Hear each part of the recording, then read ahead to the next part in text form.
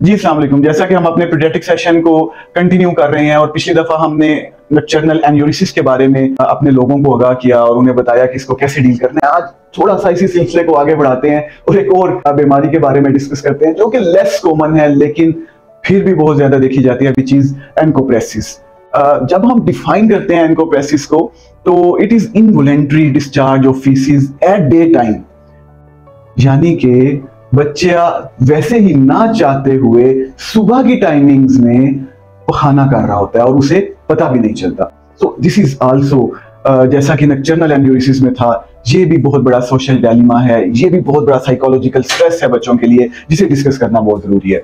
अक्सर ऐसा देखा गया है कि ये बच्चे सुबह में जब अपनी एक्टिविटीज कर रहे होते हैं तो उन एक्टिविटीज के दौरान अचानक से स्मेली हो जाते हैं और वो जब उनके कपड़े, इनके ट्राउजर्स ये गंदे होना शुरू हो जाते हैं पूपिंग आउट की वजह से, तो और काफी ज्यादा स्मेली सा ये एक इन्वायरमेंट बन जाता है और जब बच्चों को देखा जाता है तो उन्होंने फीसिस पास किए होते हैं।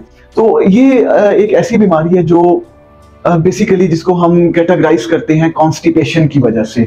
अब अगर हम इसकी पैथोलॉजी में जाएं तो पैथोलॉजी में इसको हम फर्दर दो क्लासेस में डिवाइड करते हैं, एक तो फंक्शनल एंड सेकेंडली साइकोलॉजिकल और मेंटल इश्यूज।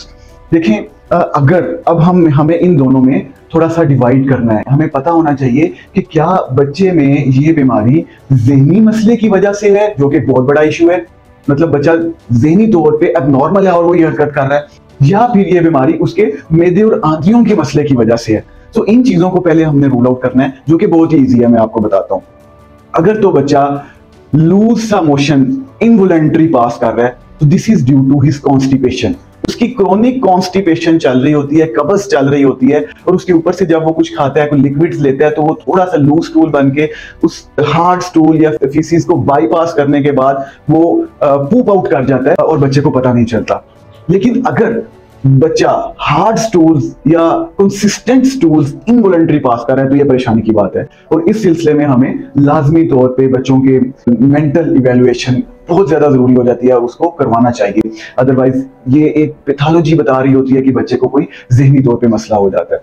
सो इन चीजों को समझने के बाद सबसे ज्यादा जरूरी इस लेक्चर में भी साइको सोशल एस्पेक्ट्स को डिस्कस करना है, बच्चे की सेल्फ स्टीम को डिस्कस करना है और बच्चे की एम्बैरेसमेंट उसको बचाने के लिए डिस्कस करना है। यकीन करें, मैंने बहुत से बच्चों को डिप्रेशन में जाते हुए देखा है सिर्फ इन ही बीमारियों की वजह से। जब बार बार उन्हें टॉन्ट किया जाता है, बार बार उन्हें टॉर्चर किया जाता है और बार बार उन्हें साइकोलॉजिकली डिप्रेस किया जाता है, तो बच्चे बहुत ज्यादा मेंटल डिप्रेशन में चले जाते हैं, जिसकी वजह से उनकी फिजिकल एक्टिविटी, उनकी मेंटल हेल्थ, उनकी फिजिकल हेल्थ, उनकी लर्निंग, हर चीज डिस्टर्ब हो जाती है। सो अगर ये बीमारी आपके बच्चे में है या आप देख रहे हैं आपके रिलेटिव्स में है तो बच्चे को बिल्कुल भी एम्बैरेस नहीं करना है। इसमें बच्चे का बिल्कुल कोई कसूर नहीं है, इसकी एक पैथोलॉजी है जिसको हमने ट्रीट करना है, जो कि मैं बता चुका हूं कि 80% या 90% जो है अंडरलाइंग कॉन्स्टिपेशन इस चीज को कर रही होती है। तो हमने क्या करना है, एक अच्छे डॉक्टर से रिव्यू करना है, किसी टेस्ट की जरूरत नहीं है। ज्यादा से ज्यादा डॉक्टर जो है वो डिजिटल रेक्टल एग्जामिनेशन करके बच्चे का हार्ड स्टूल्स या फीसिस को फील करना चाहेगा, जिसके लिए आपने उसको अलाउ करना है। अगर ऐसा ही है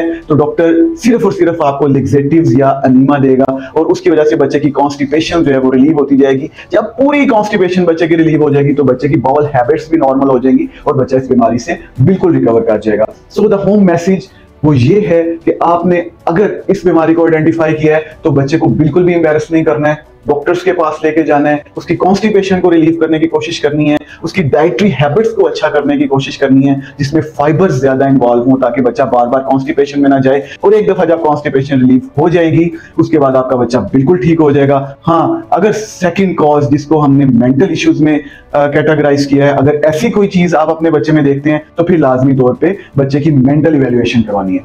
थैंक यू वेरी मच।